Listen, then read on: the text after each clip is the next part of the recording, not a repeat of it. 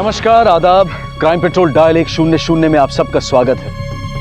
कहते हैं कि आवश्यकता आविष्कार की जननी है, पर बारूद की खोज करने वाला सिर्फ तबाही चाहता था, ये कह पाना आसान नहीं है। लेकिन जो तबाही करने की ठान लेते हैं, वो फूलों को भी हथियार बना सकते हैं।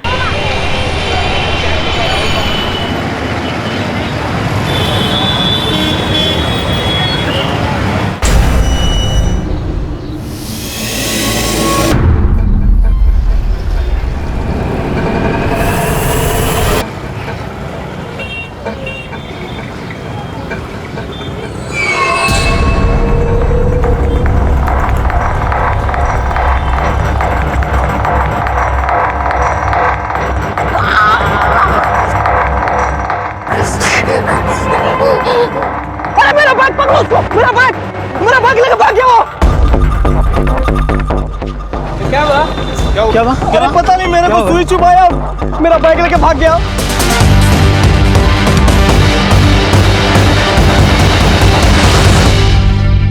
साल 2015 की शुरुआत में यूपी के भीड़ भरे बाजारों में लूट की कुछ ऐसी वारदातें हुई जिनकी मोडस ऑपरेंडी में हथियार था इंजेक्शन।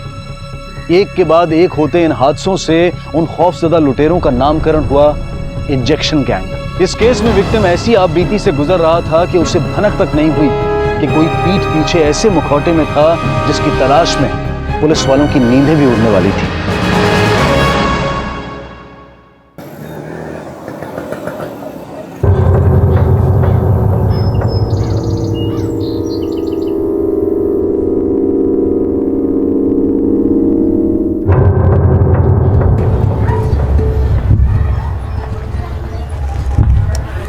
रोहित जी, नाश्ता नहीं किया, कम से कम टिफिन तो लेते जाइए। समझ लो उपवास रख लिया हम आज। निर्वंश हो जा सरपंच, तू निर्वंश हो जा, निर्वंश हो जा, तू निर्वंश हो जा सरपंच, तू निर्वंश हो जा, निर्वंश हो जा। बहू कितनी बार बोले हम, रिंकू को बाहर मत लेके आया करो, अंदर लेके जाओ। सरपंच, तू निर्वंश हो जा, निर्वंश हो जा सरपंच, तू निर्वंश हो जा, निर्वंश हो जा सरपंच, चलिए तू निर्वंश हो जा, निर्वंश हो जा सरपंच।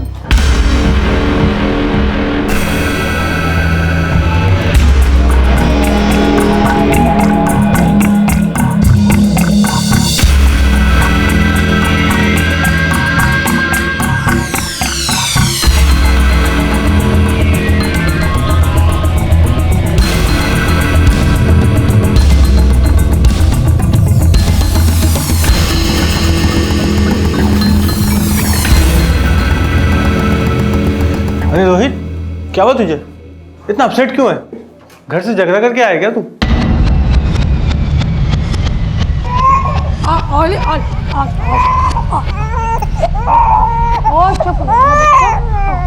मम्मा आ गए, मम्मा आ गए, मम्मा आ गए, पापा भी आने वाले, पापा आने वाले। 26 अगस्त 2016 की शाम सविता मिश्रा अपने पति रोहित मिश्रा की इंतजार में अपने 9 महीने के बेटे रिंकू की बिलखती किलकारियों को उसके पिता के लौट आने की उम्मीद का दिलासा दे रही थी। वहीं रोहित मिश्रा दिन भर की थकान और अपने जीवन के कुछ अस्पष्ट तनावों से जूझता हुआ अपने घर लौटने ही वाला था कि कुछ ऐसा हुआ जिसकी उसने कल्पना भी नहीं की थी।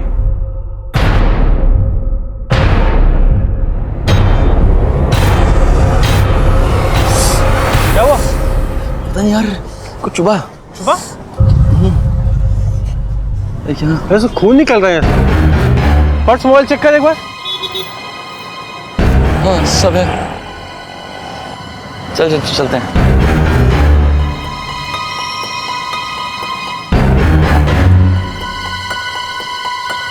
रोहित, रोहित,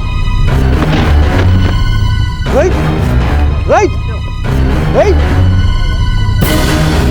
रोहित।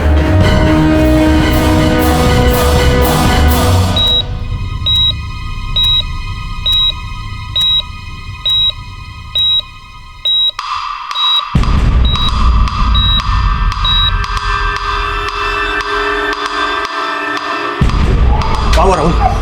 होश आया? नर्स डॉक्टर मुखर्जी को बुलाओ, उनसे कहो इमरजेंसी है, और तुम जाके पुलिस को इन्फॉर्म करो। कैसे?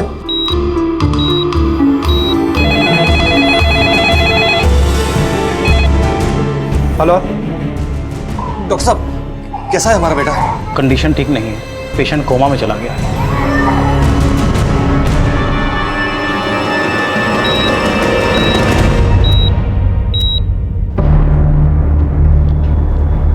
सर, पेशेंट के गले में सिरिंज के जरिए पॉइजन इंजेक्ट किया गया है। पॉइजन क्या है ये भी समझ में नहीं आ रहा है, मगर पॉइजन इतना सेंसिटिव है कि बॉडी के सेंट्रल नर्व सिस्टम को पैरालाइज कर दिया है। डॉक्टर इमरजेंसी है। Excuse me.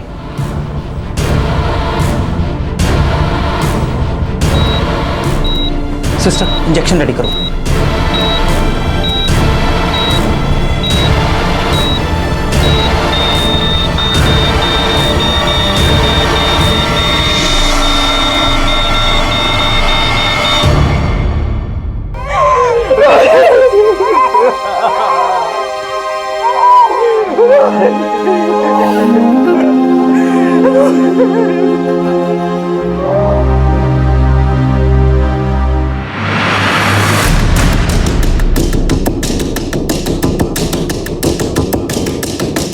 सर, यहीं पे इंजेक्शन अटैक हुआ सर। ना मैं देख पाया ना रोहित ने। रोहित का बैग या पर्स वगैरह कुछ गायब हुआ?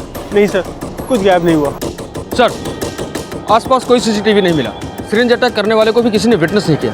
मैंने अपने खबरियों को काम पे लगा दिया है कि पता करें इस इलाके में कौन सा इंजेक्शन गैंग एक्टिव है। नहीं सही, अगर ये काम इंजेक्शन गैंग का होता तो फिर रोहित के साथ लूट क्यों नहीं हुई? और वैसे भी अभी तक हमारे पास इंजेक्शन गैंग के जितने भी मामले आए हैं, किसी में भी विक्टिम पे पॉइजन अटैक नहीं हुआ। तो फिर रोहित को बिना लूटे उसको पॉइजन इंजेक्ट क्यों किया गया? इन्वेस्टिगेशन की शुरुआत में ही ये सवाल खड़े हो गए थे कि रोहित पर हुआ इंजेक्शन अटैक अगर एक नाकाम लूट का मामला था, तो लूट का इरादा रखने वाले इस इंजेक्शन गैंग ने आज से पहले किसी विक्टिम पर पॉइजन इंजेक्ट नहीं किया था। लेकिन फिर भी पुलिस अपनी इंफॉर्मेशन के जरिए इंजेक्शन गैंग से जुड़े हिस्ट्री शीटर्स और ब्लैक लिस्टेड लोगों को एक के बाद एक तलब करके रोहित पर हुए इस जानलेवा हमले की गुत्थी को साफ करना चाहती थी।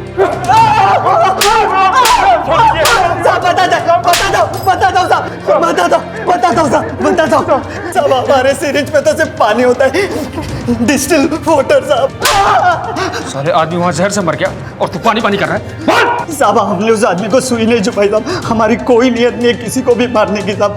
हम तो लोगों को सुई छुपाते और उनको लूट लेते साहब। रोहित पर हुए अटैक में किस गैंग की भागीदारी थी ये साफ नहीं था, लेकिन रोहित की पोस्टमार्टम रिपोर्ट में हत्या में इस्तेमाल किए गए जिस पॉइजन का जिक्र आया, उसने इस केस को और भी सनसनीखेज बना दिया। पोस्टमार्टम रिपोर्ट के मुताबिक रोहित के ब्लड में कोबरा का जहर मिला, लेकिन कोबरा के जहर के साथ मिडाजोलम और फुटपिन नाम के केमिकल लिक्विड मिक्स किए गए, जिसकी वजह से बॉडी पैरालाइज हो गई और इनिशियल स्टेज पे पॉइजन के सिम्टम्स नहीं दिखे। यानी किसी ने पर्पसली ऐसा पॉइजन बनाया जिससे कि बचने की कोई गुंजाइश ही ना हो। पता लगाओ रोहित की लाइफ में कौन ऐसा है जिसका मोटिव रोहित को मारने का हो सकता है। सर,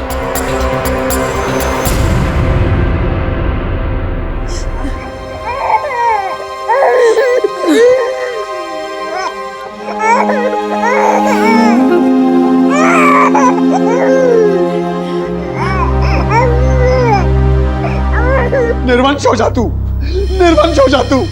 तेरा वंश खत्म हो जाए, तेरा वंश खत्म हो जाए। निर्वंश हो जा तू। क्या है जख्म का नासिर बना रहे हो? चलो यहाँ से। निर्वंश हो जा, चलो निर्वंश हो जा तू, निर्वंश हो जा, निर्वंश हो जा, निर्वंश हो जा तू। तेरा वंश खत्म हो जाए, निर्वंश हो जाए, तेरा वंश खत्म हो जाए, निर्वंश हो जा तू। सुनिए जी, ये कौन है आदमी जो इतना चिल्ला रहा था? ये रोहित के ताऊजी हैं, सरबन मिश्रा के बड़े भाई। क्यों चिल्ला रहे थे? सर, ये हमेशा ऐसी बद्दुआएं देते रहते अपने छोटे भाई को कि वो निर्वंश हो जाए, निर्वंश हो जाए। आधी बद्दुआएं तो इनकी लग भी चुकी है। आदि मतलब? सरबन का एक बेटा तो मर गया है, भगवान दूसरे को बचाए इसकी बद्दुआ से। साहब, हमारे बड़े भाई साहब के 2 बच्चे थे। दोनों बच्चों का देहांत होने के बाद भाई साहब एकदम पगला गए, सबको श्राप देते हैं। पता चला आपके भी 2 बेटे हैं। आपका दूसरा बेटा कहाँ है? उसे ट्रैकिंग का शौक है, वो हफ्ता भर पहले ही उत्तरांचल गया है। उसे तो पता भी नहीं है साहब के उसका बड़ा भाई। आपने उसको फोन नहीं किया? फोन किए थे साहब, लेकिन वो नेटवर्क नहीं मिल रहा था। आपके पड़ोसियों को लगता है कि आपके बड़े भाई की बद्दुआ लग गई आपको। आपको क्या लगता है रोहित के मर्डर में किसका हाथ हो सकता है? हमें कुछ समझ नहीं आ रहा है सर। हम तो कोयले के व्यापारी हैं। मेहनत मजदूरी करके रोहित को पढ़ाया लिखाया, उसकी बैंक में डिप्टी मैनेजर की जॉब लगी तो सोचा कि बुढ़ापा सुधर जाएगा, लेकिन क्या पता था साहब, हमारी आस ही मर जाएगी।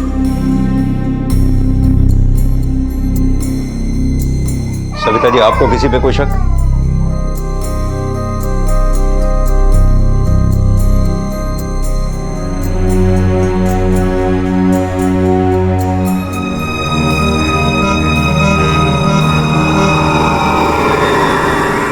साहब हमको नहीं लगता कि उस बैंक वाले को इंजेक्शन गैंग वाले लोगों ने मारा होगा। उठाए गिरे लोग हैं साहब, 4 अंडे खाते ही सब उगल देते हैं, तो उन लोग से मर्डर करवाने का रिस्क कोई नहीं लेगा साहब। देख, मर्डर तो पूरी प्लानिंग से हुआ है। रोहित बैंक में डिप्टी मैनेजर था, उसे ना चाहने वाले भी बहुत लोग होंगे, और जिस वक्त अटैक हुआ वो अपने कलीग राहुल के साथ था। एक काम कर, उस राहुल की भी फील्डिंग लगा और ये भी पता कर कि बैंक में रोहित का किसी से 36 का आंकड़ा तो नहीं था।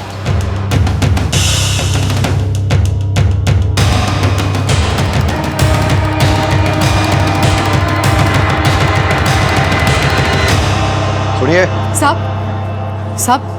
जो कुछ बोलना है हमें बोलिए, इन्हें कुछ मत बोलिए। ये किसी की कुछ बात नहीं समझते। लेकिन इन्हें गालियां दे दे के दूसरों को कोसना आता है। सबको नहीं कोसते, ये सरबन को ही कोसते बस।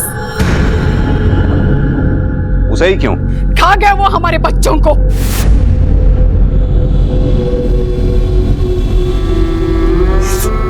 साहब,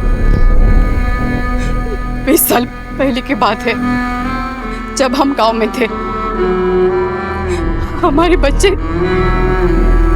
उस सरपंच के आंखों के सामने खेल रहे थे और खेलते खेलते पैर फिसलकर तालाब में गिर गए, और एक कमीना सरपंच खड़े खड़े देखता रहा। तैराक है वो, फिर भी जानबूझकर उसने नहीं बचाया ताकि हम दोनों के गुजरते ही सब कुछ उसका हो जाए। यही बात से इनका दिमाग हट गया और गांव की जमीन जायदाद सब कुछ बेचकर हम शहर चले आए।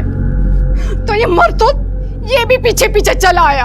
आपके पति कुछ काम काज भी करते हैं या सिर्फ अपने भाई को ही कोसते रहते हैं? साहब, घर के पीछे 2 दुकानें हैं, उसका किराया जाता है, बस हमारी जिंदगी चलती रहती है।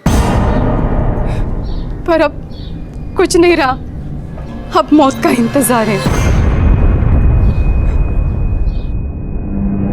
साहब, इनको चीनी का बीमारी है, वो इंश्योरेंस का इंजेक्शन लगाते हैं।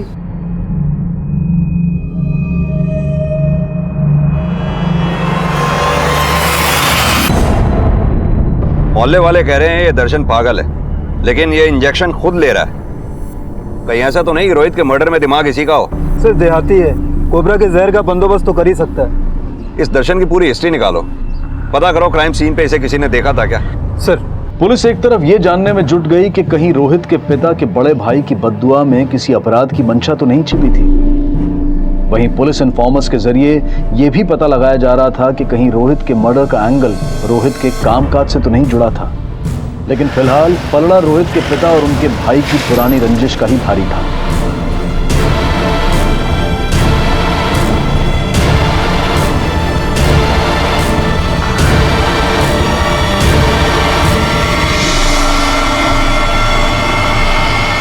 जिस शाम रोहित का मर्डर हुआ, तुम भी उसी मार्केट में थे, क्या करने गए थे वहां? साहब, रसोई का सामान खत्म हुआ था, वही लाने गए थे। चाहे तो आप उससे पूछ लीजिए, सामान की रसीद भी है। रसीद कटा के रखने से हम तुम्हारी बात को सच मान लेंगे? साहब, इन्हें अगर कुछ करना होता ना तो 20 साल थोड़ी इंतजार करते।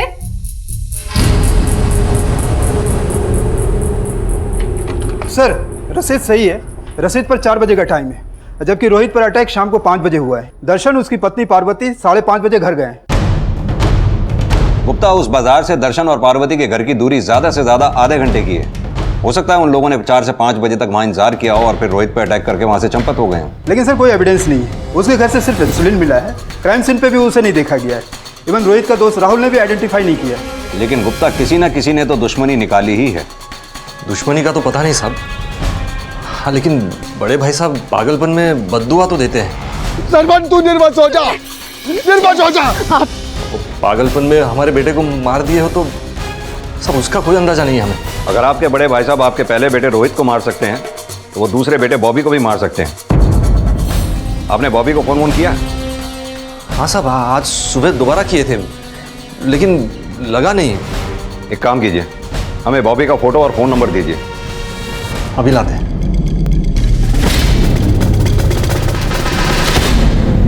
The number you have called is currently not reachable. Sir Bobby का फोन नॉट रीचेबल। सरबन ने कहा था कि बॉबी उत्तरांचल गया है। ये बॉबी के फोन की लास्ट लोकेशन निकालो, पता करो उसका फोन लास्ट टाइम उत्तरांचल के किस एरिया में एक्टिव था।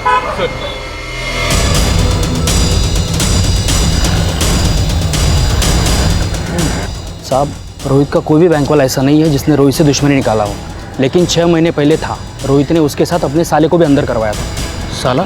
साला कौन है? रोहित की बीवी ना सविता, उसका छोटा भाई है रघु दुबे।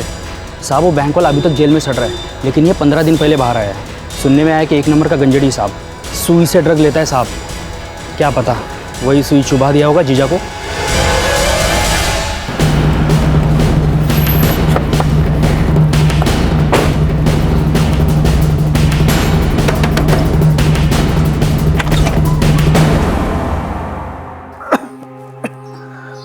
साहब, रघु घर पे रहता कहाँ है? 6 महीने से तो जेल में था। अपने जीजा के जाने के बाद हमसे मिलने तक नहीं आया। रघु का नंबर दीजिए हमें। हाँ, अभी देती। इसके लिए आप जिस नंबर को डायल कर रहे हैं वो इस समय स्विच्ड ऑफ है। सर, फोन बंद आ रहा है। हाँ सर, रघु को नशे की आदत थी, पर हमको उससे मिले अरसा हो गया सर। वो इस वक्त कहाँ होगा हमको कुछ नहीं पता है। रघु को उसके जीजा ने ही जेल करवाई थी, ये तो पता ही होगा आपको।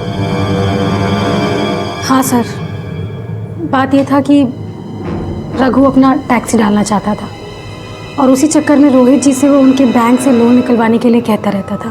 रघु, मैंने तेरा सिबिल रिकॉर्ड चेक करा है, नेगेटिव है, तुम्हें लोन नहीं मिल सकता। जीजू, आपके होते हुए हमको लोन ना मिले, ऐसा कभी हो सकता है? जीजू को चक्कर चला दिए ना, हमको बहुत जरूरत है। आप कर सकते हो। आप रघु, रूल्स होते हैं और मैं रूल्स नहीं तोड़ सकता। और जीजू आप तो उसके बाद रघु ने क्या कांड किया हमको कुछ नहीं पता है। सर, रघु तब के स्क्रूटनी ऑफिसर प्रकाश पांडे को रिश्वत देकर लोन क्लियर करवाना चाहता था। इस बात का पता रोहित को चल गया। कल तक पे ऑर्डर बन जाएगा, परसों तक तुम्हारे घर पहुंच जाएगा। आज रात को मेरी पेशगी दे देना, वरना लोन अटका रहेगा। लाओ, पे ऑर्डर लाओ, अभी कैश करवा देता हूँ। क्या जीजू, छोड़ो ना, रहने दो। प्रकाश बाबू करवा दिए, आप नहीं करवा पाए तो बस इतनी सी बात है। और रूल तोड़ा है ना आपने, दोनों को जेल की हवा खिलवाऊंगा। ये तुमने ठीक नहीं किया। रोहित मिश्रा, बहुत पछता हो तुम, देख रही हैं हम तुम्हें। रोहित की हत्या में पुलिस अब तक रोहित के पिता और उसके पिता के बड़े भाई की रंजिश को उसकी हत्या की वजह मान रही थी, लेकिन इस बात की भी संभावनाएं खड़ी हुई कि कहीं रोहित की हत्या में रोहित के साले रघु दुबे का तो हाथ नहीं है। और जल्द ही ये संभावनाएं रोहित के भाई बॉबी के उत्तरांचल में होने के रहस्य को इस अपराध से जोड़ने वाली थी। बस देर थी रघु दुबे के मिलने की, और जल्द ही पुलिस ने पता लगाया कि जेल से छूटने के बाद आजकल रघु दुबे कहां था।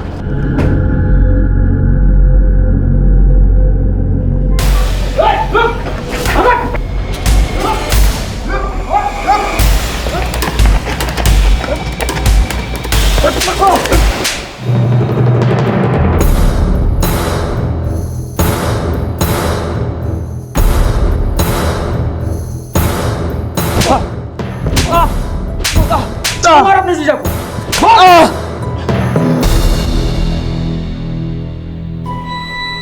हाँ, ड्रग्स लेता हूं मैं, और मैंने भी अपनी लाइफ सेट करने का सोचा था।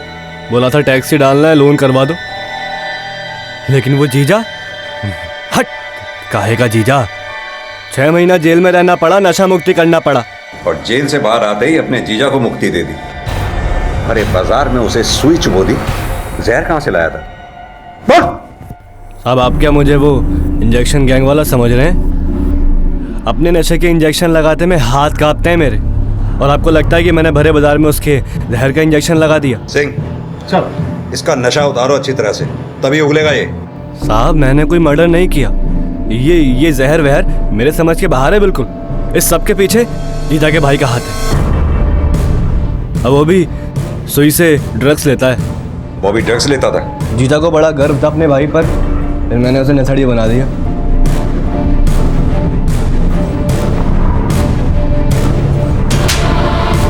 क्या ये क्या कर रहा है? तुमने लत लगाई ना मेरे भाई को? जीजा मुझ पर चिल्लाया, लेकिन नशे ने बॉबी की बुद्धि फेर दी। भाई भाई का दुश्मन बन गया। समझता क्या अपने आप को? मैनेजर होगा अपने बैंक का, हम पे मैनेजर दिखाए तो बाहर दूंगा उसको। सर बॉबी का फोन रोहित की हत्या के 2 दिन पहले से बंद है। लास्ट लोकेशन भी उसके घर के एरिया की ही थी। तो बॉबी के फादर ने हमसे ये क्यों कहा कि बॉबी उत्तरांचल गया था? उसे ट्रैकिंग का शौक है, वो हफ्ता भर पहले ही उत्तरांचल गया है।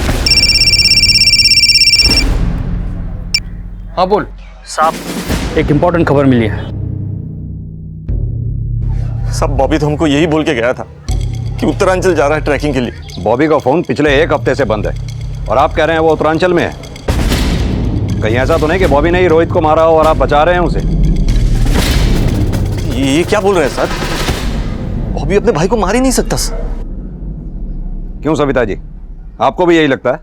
जी, रोहित जी को कोई और मारा है। बॉबी ड्रग्स लेता था, ये बात जानते हैं आप लोग?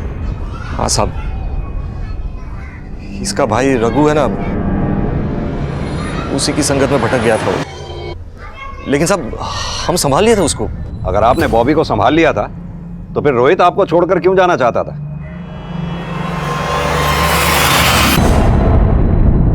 हमें यह भी पता चला है कि रोहित अपने बैंक के पास ही किराए का मकान ढूंढ रहा था।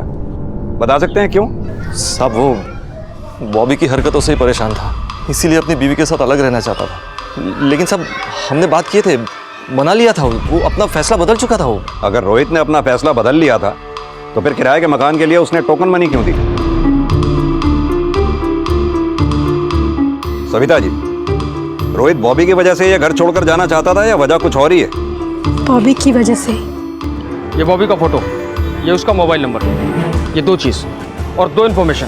एक ये सुई से ड्रग्स लेता है और दूसरा बीएससी का स्टूडेंट। इसका बाप बोल रहा है कि रोहित की हत्या से 2 दिन पहले उत्तरांचल गया था, लेकिन इसका फ़ोन इलाहाबाद में बंद हुआ।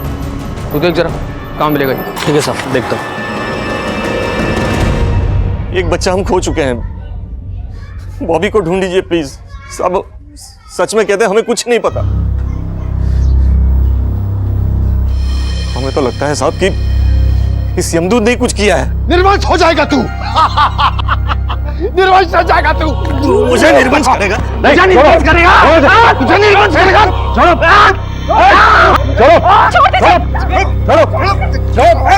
छोड़ो से गाड़ी में लेके चलो। दर्शन मिश्रा की बद्दुआ क्या सिर्फ उसकी जबानी भड़ास थी या उसके किए गए अपराध का कबूलनामा? ये पता लगाने के लिए पुलिस दर्शन के पागलपन को उसका दिखावा समझकर उससे सच उगलवाने की कोशिश कर रही थी, और वहीं रोहित की हत्या और बॉबी के अचानक गायब होने में रघु की भागीदारी को भी खंगाला जा रहा था। सर, दर्शन को पिटने के बाद भी वो निर्वंश की रट लगाए हुए, और रघु भी वहीं का वहीं है।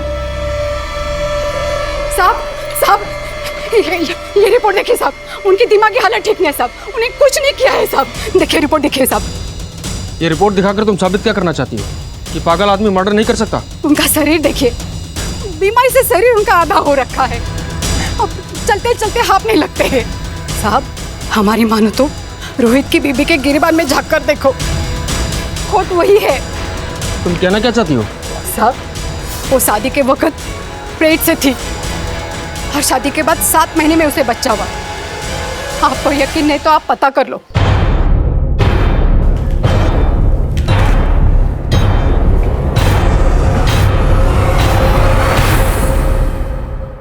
बैठिए। यह है आपके बेटे रिंकू की बर्थ सर्टिफिकेट। जन्म की तारीख 3 फरवरी 2016। रोहित से आपकी शादी हुई 26 जुलाई 2015 को। डिलीवरी प्रीमेच्योर नहीं थी। यह आपकी डिलीवरी रिपोर्ट। शादी के समय तुम 2 महीने पेट से थी, यानी कि यह बेटा रिंकू रोहित का नहीं है। क्या यह सही है? रिंकू रोहित का ही बेटा है। यानी कि शादी से पहले भी आपके रोहित से संबंध थे?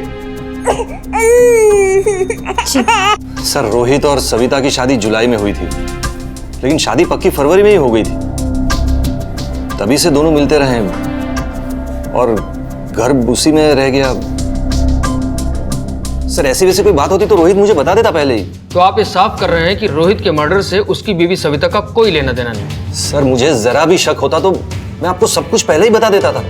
रोहित के फादर का ये मानना है कि रिंकू रोहित का ही बच्चा है, लेकिन हो सकता है ये बच्चा रोहित का ना होकर के किसी और का हो और रोहित ये बात अपने फादर को ना बता पाया हो। ये रोहित की बीवी सविता की हिस्ट्री निकालो, पता करो शादी से पहले उसका कोई अफेयर तो नहीं था। सर, रोहित के भाई बॉबी का गायब होना अब भी रहस्य बना हुआ था, लेकिन रोहित की शादीशुदा जिंदगी से जुड़ा एक नया एंगल पुलिस के सामने आया था। लेकिन क्या वो बच्चा वाकई रोहित का था? ये जानने के लिए पुलिस एक तरफ सविता के अतीत को खंगाल रही थी और वहीं बॉबी की तलाश भी जारी थी। और जल्द ही सविता से जुड़ी जानकारी के साथ पुलिस सविता के माता पिता से मिली। सविता का शादी के पहले से अफेयर था, ये एकदम सच है। हालांकि ये बात सविता ने हमें नहीं बताई। आप लोग बताइए, आप लोगों को ये राज पहले से पता था ना? देखिए जो भी बोलिएगा सोच समझ के बोलिएगा, झूठ पकड़ा जाएगा। साहब कॉलेज में वो किसी लड़के को प्यार करती थी।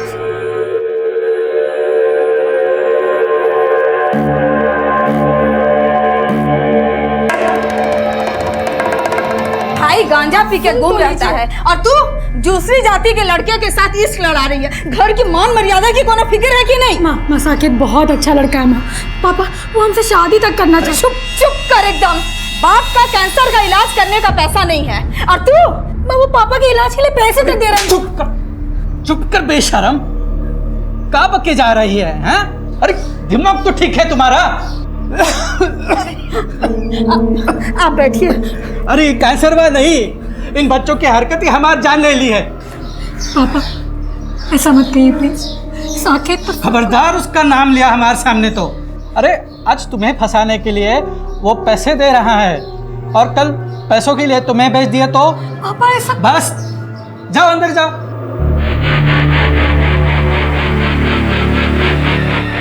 इससे पहले कि हमारी इज्जत नीलाम करके दूसरे जात वाले के साथ भाग जाए, इसके हाथ पीले करने पड़ेंगे। शादी के समय सविता गर्भवती थी क्या?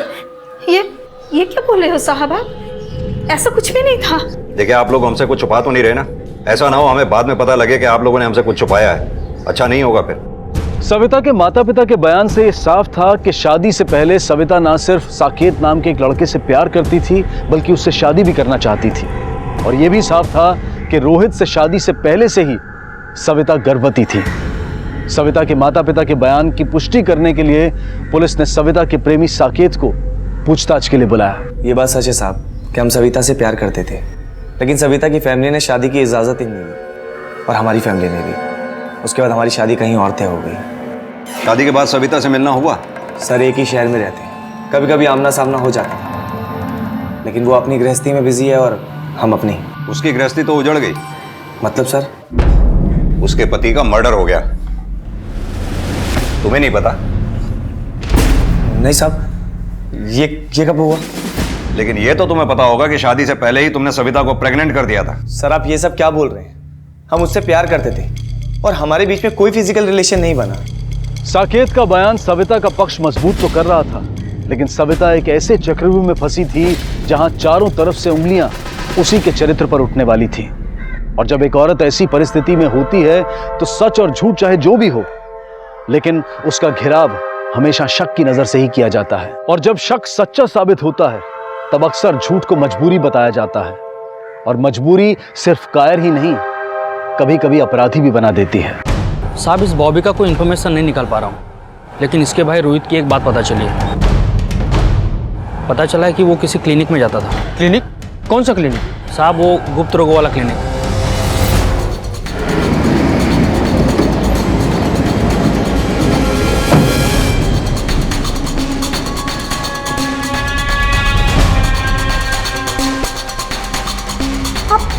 आप बार बार एक ही बात क्यों पूछ रहे हैं? क्योंकि तुम झूठ बोल रही हो। तुमने हमसे कहा कि रिंकू रोहित का बेटा है, जबकि सच तो यह है कि रोहित बच्चा पैदा कर ही नहीं सकता था। रोहित की मेडिकल रिपोर्ट, जहां से वो इलाज करवा रहा था वहां से हमें मिली है। अब तुम हमें सच सच बताओ कि रिंकू बच्चा किसका है। अब तुम सच बोलोगे या फिर डीएनए टेस्ट करवाएं तुम्हारा? सर वो रिंकू सविता और हमारा ही बच्चा है।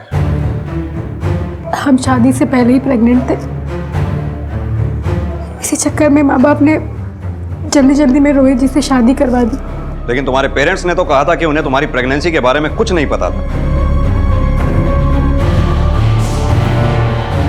हमारी वजह से उन्हें इतना शर्मिंदा होना पड़ा। कैसे बताते आप लोगों को? शादी के बाद भी साकेत से मिलती थी? कभी कभी मिलते थे सर, भूल नहीं पाए थे हम उसको। लेकिन पिछले महीने उसने बुलाकर हमें प्रॉमिस लिया कि हम उससे दोबारा नहीं मिलेंगे। ऐसे क्यों? वो बोली कि हम अपने हस्बैंड को और धोखा नहीं दे सकते, वो बहुत अच्छे आदमी हैं और तुम हमेशा के लिए मुझे भूल जाओ। सर हम तो पहले भी नहीं मिलना चाहते थे, पर एक दिन साकेत हमें मार्केट में मिल गया। सविता कैसी हो तुम? अच्छे हैं।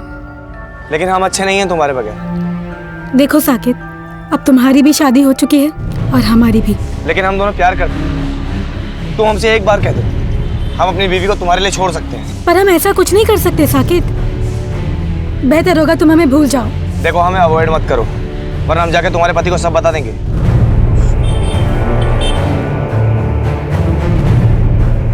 देखो सविता, मुझे गलत मत समझो, मैं तुमसे प्यार करता हूँ। क्या तुम मुझसे प्यार नहीं करती?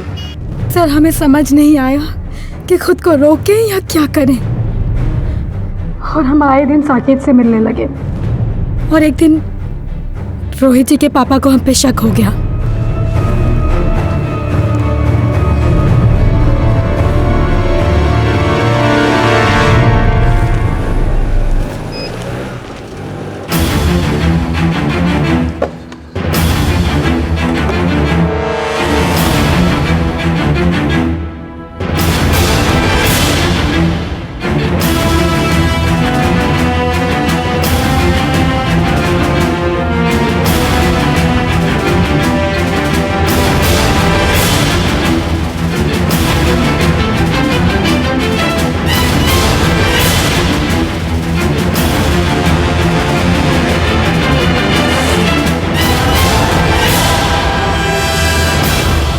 क्या चल क्या रहा है आजकल? ये रोहित को बताएं क्या चल रहा है?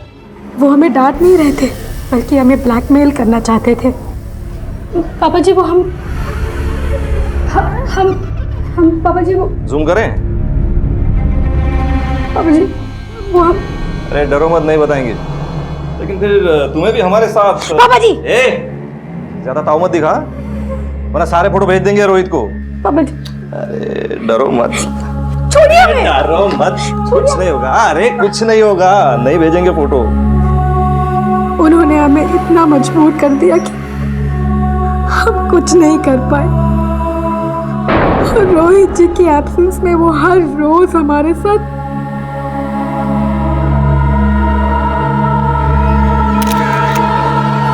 और इतना ही नहीं, वो जबरदस्ती हमारी फोटो भी लेते। रोहित इंपॉर्टेंट था, ये बात तुम्हारे ससुर सरपंच जानते थे? उन्होंने तो अपनी गंदी नीयत के चलते किसी को नहीं बताया, लेकिन रोहित जी ने कभी हमसे कोई सवाल नहीं किया। लेकिन रोहित तो उस क्लिनिक में शादी के बाद भी अपना इलाज करवा रहा था। रोहित जी जानते थे कि वो बच्चा पैदा नहीं कर सकते। हमसे अपसेट भी थे, पर उन्हें अपनी कमी पर खुद भी शर्मिंदगी थी। एक दिन हमने भी हिम्मत करके उन्हें जाके सब कुछ सच बता दिया। हम जानते हैं कि वो हमारा बच्चा नहीं है, लेकिन हमें अच्छा लगा कि तुमने खुद हमें सच बता दिया।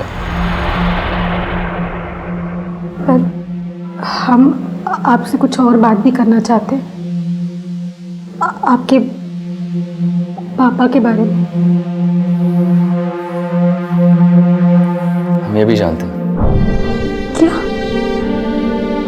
आप ये भी जानते हैं? हम सब जानते हैं, और वो भी ये जानते हैं कि हम सब जानते हैं। सिर्फ तुम्हें नहीं, हमें भी नीचा दिखाते हैं। और हमने फैसला कर लिया कि हम इस घर में और नहीं रुकेंगे। हम रोहित जी के साथ नई जिंदगी बिताना चाहते थे और इसलिए हमने साकेत को भी जाके बोल दिया। सविता मेरी बात हमने कहा ना साकेत, हम रोहित जी को अब और धोखा नहीं दे सकते। आज के बाद हमसे मिलने की या हमें ब्लैकमेल करने की कोशिश मत करना।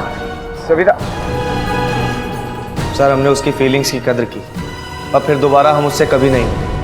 सर साकेत को तो हमने अलविदा कह दिया, पर जब रोहित जी के पापा को पता चला कि रोहित जी हमारे साथ कहीं और रहने की सोच रहे हैं। ये क्या मजाक है रोहित? मकान बदलने की क्या जरूरत है? फैसला हो चुका बाबूजी, अब इस पर कोई बहस नहीं होगी। रोहित जी, नाश्ता नहीं किया, कम से कम टिफिन तो लेते जाइए।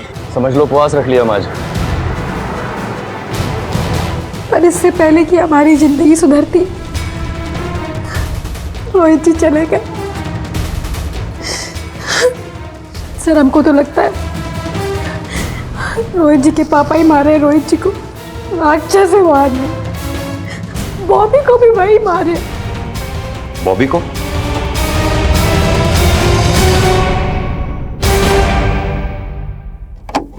क्या कर रहे हैं आप लोग? बड़ा पाठ पढ़ाते थे ना भैया हमको, अब उनको बताता हूँ उनके पीठ पीछे क्या चल रहा है।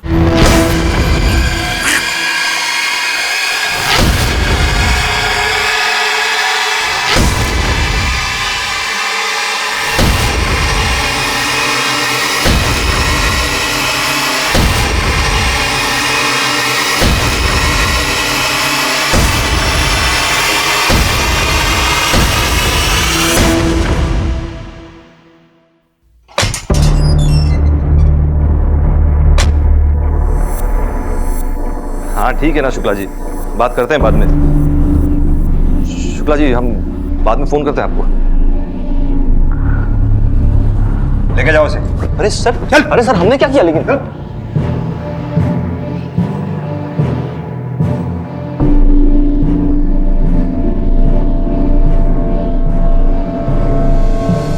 सर वो लड़की बकवास कर रही है, हमने उसकी कोई तस्वीर नहीं खींची और ना ही कोई गंदा रिश्ता बनाया। गंदा रिश्ता ही नहीं बनाया, बल्कि अपने दोनों बेटों बॉबी और रोहित का मर्डर भी किया तुमने। फंस ना जाओ इसलिए फोटो डिलीट कर दी। हमने ऐसा कुछ नहीं किया है सर। सर हमें तो लगता है कि ये सब सविता की चाल है। उसने अपने प्रेमी साकेत के लिए हमारे दोनों बेटों को मार दिया होगा और अब हमें फंस रही है। सर उसने सारी फोटो डिलीट कर दी होगी। सर हम झूठ नहीं बोल रहे हैं। हमने अपनी आंखों के सामने देखा था उसको बॉबी को मारते हुए। हमें लग रहा है रोहित को भी उसी ने मारा होगा। अच्छी तरह से सोच के बोलो, बॉबी ने तुम्हें तुम्हारे ससुर के साथ देखा था या फिर साकेत के साथ? सर आप हमारा विश्वास क्यों नहीं कर रहे हैं? हम सच कह रहे हैं। सर हमें तो ये तक नहीं पता था कि सविता का ससुर सविता के साथ इतना बुरा कर रहा था। हम सच कह रहे हैं सर, हमने तो उससे मिलना तक छोड़ दिया था। सरबन के टेम्पो को फॉरेंसिक के लिए भेजो। जिस दिन बॉबी गायब हुआ, सरबन, सविता, साकेत तीनों के फोन लोकेशन निकलवाओ। यह साफ है कि बॉबी को मारने के बाद उसकी लाश को ठिकाने लगाया गया। ये बॉबी को मारने वाला और रोहित को जहर भरा इंजेक्शन देने वाला इन्हीं तीनों में से कोई एक है। ये तीनों पिछले दिनों क्या कर रहे थे, किस किस से मिल रहे थे, सब पता लगाओ। सर ये साकेत के पिछले 2 महीनों के कॉल रिकॉर्ड्स हैं। इनमें एक आदमी प्रहलाद है जिससे लगातार बात हो रही थी। ये आदमी पैथोलॉजिस्ट है, ब्लड यूरिन की जांच करता है। हीरानगर में इसकी लैब है सर। चलो सब। साकेत मेरा दोस्त है सर, उसके पड़ोस में सैंपल कलेक्ट करने आता था। राह चलते मुलाकात हुई और दोस्ती हो गई, बस। इस पैथोलॉजिस्ट प्रहलाद की पूरी हिस्ट्री निकालो। कहीं ऐसा तो नहीं कि कोबरा के जहर वाला इंजेक्शन इसी ने बनाया हो? हेलो, ठीक है, थाने में मिलते हैं। सर बॉबी का फोन बंद होने के बाद सरबन टेम्पो के साथ रामनगर सिग्नल क्रॉस करते हुए एक सीसीटीवी कैमरे में कैप्चर हुआ है। ये देखिए सर, सरबन। इसके फोन लोकेशन के हिसाब से उस दिन ये रामनगर एरिया में गया था, जंगल वाला एरिया सर, और वहां से सीधा वापस घर।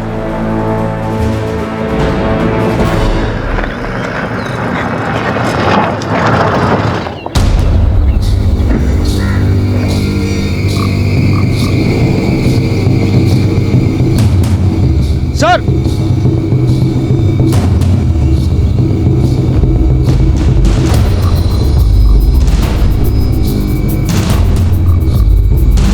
जो ह्यूमन बोन्स पुलिस को मिली उनका डीएनए टेस्ट होना अभी बाकी था। लेकिन शक के आधार पर सरबन मिश्रा को फिर से तलब किया गया। सर बताता हूँ सर। चल सर, उस भिखमंगे शिवेंद्र की बेटी को घर लाने की सजा है। पिछले महीने का भाड़ा लाया हूँ तुम्हारा, पता चला तबीयत ठीक नहीं है तुम्हारी। क्या हुआ है? क्या बताएं सरपंच, डॉक्टर ने कैंसर बताया। अरे तो इलाज कराओ इसका। कैसे करवाएंगे इलाज, पैसा कहाँ है, और इसकी शादी भी करवानी है। पता नहीं सब कैसे होगा। अपनी बेटी दोगे?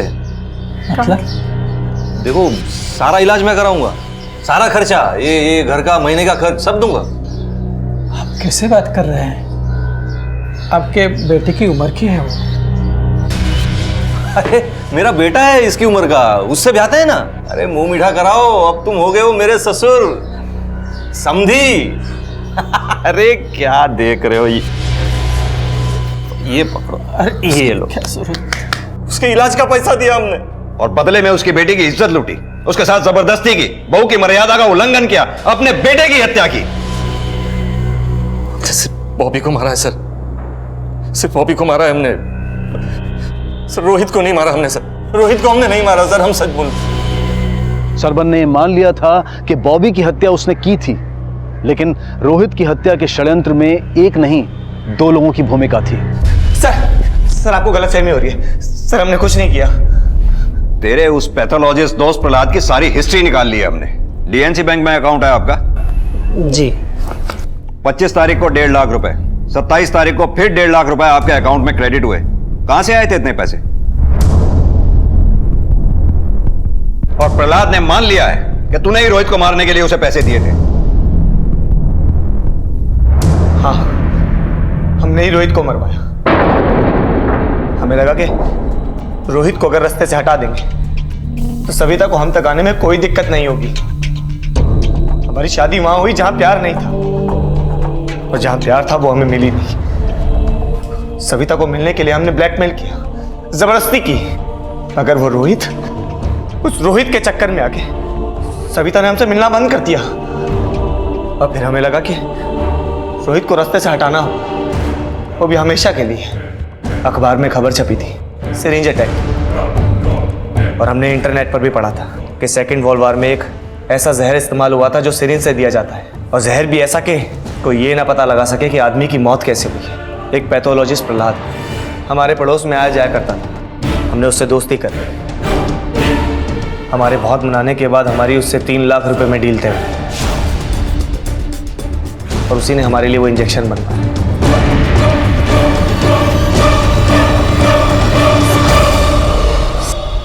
यहाँ से खून निकल रहा है। रोहित, रोहित, रोहित, रोहित। कभी कभी रिश्ते चाहत से नहीं मजबूरी से बनते हैं, लेकिन निभते तभी हैं जब एक दूसरे की कमजोरी को सच्चे जज्बातों की ताकत दी जाती है।